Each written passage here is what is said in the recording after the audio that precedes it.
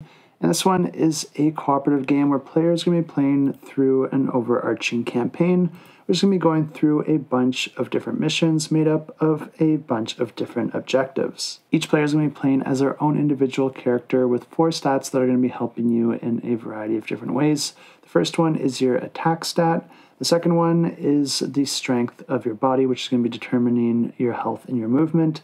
And then there is intelligence and then technical ability. Of course, each player does also have a health tracker as well, and these 3 slots at the top of their board where they can upgrade their character with a bunch of different cybernetic abilities and bonus actions.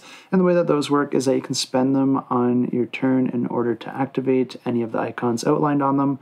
But in order to get them back, you do have to get your health up to its maximum amount, and then anytime that you heal yourself after that, it's going to be refreshing one of those tiles. This is also a deck building game, and that's the main thing that makes these characters different from each other, because each of these characters is going to have their own unique starting deck, but then each of them are going to be upgraded in their own unique ways depending on the decisions and opportunities that the players make. But the way the game plays is that players are going to be setting up the board according to the mission, and they're going to be trying to complete those various mission objectives.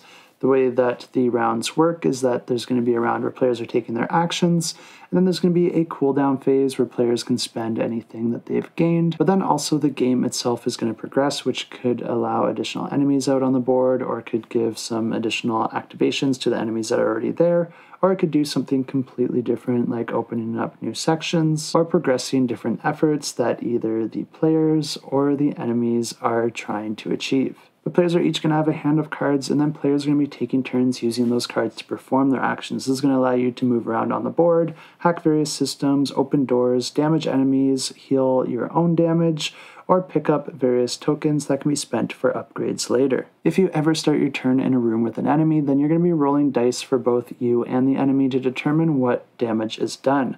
The dice that's rolled depends on the enemy as well as which weapons you're holding. And of course, a nicer weapon means rolling more dice, which means that you have a higher chance to do more damage. But the thing that I've neglected to say so far, and the thing that makes this game very unique from a lot of other games within this genre, is that this is a real-time game, so players are going to be taking as many actions as they can, making different decisions and playing their cards, all within a timer for that round. This means that you're going to be picking up loot and even resolving that combat during this timer, so everything you do is going to be subtracting from the amount of time that you have to take your actions. Once that timer is up, you're going to be going into that cooldown phase that I mentioned before. Then you'll be able to spend any of your collected loot in order to purchase upgrades for your character or upgrade their various stats. You'll check for any completed objectives and gain the rewards, which can often grant you additional cards or other upgrades. Then you'll be adjusting the board and moving any enemies according to the mission, and the game continues like this until players either succeed or fail at that mission, moving through the campaign and discovering that overarching story. If you are interested in this one, you'll definitely want to follow along to get the GameFound exclusive character added to your pledge completely for free,